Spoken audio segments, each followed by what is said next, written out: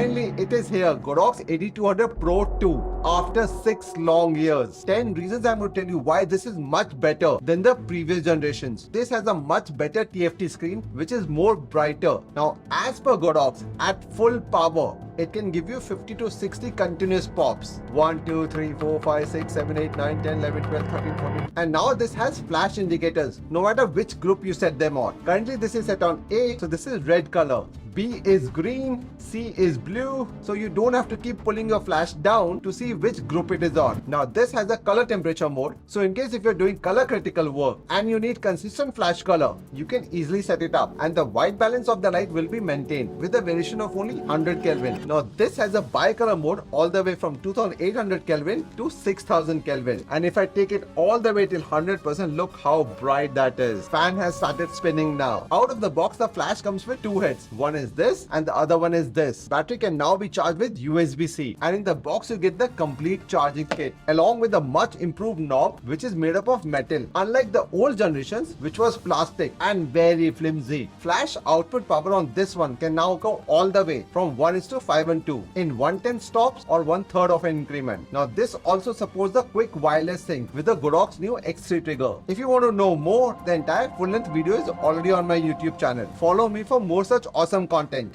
Take care.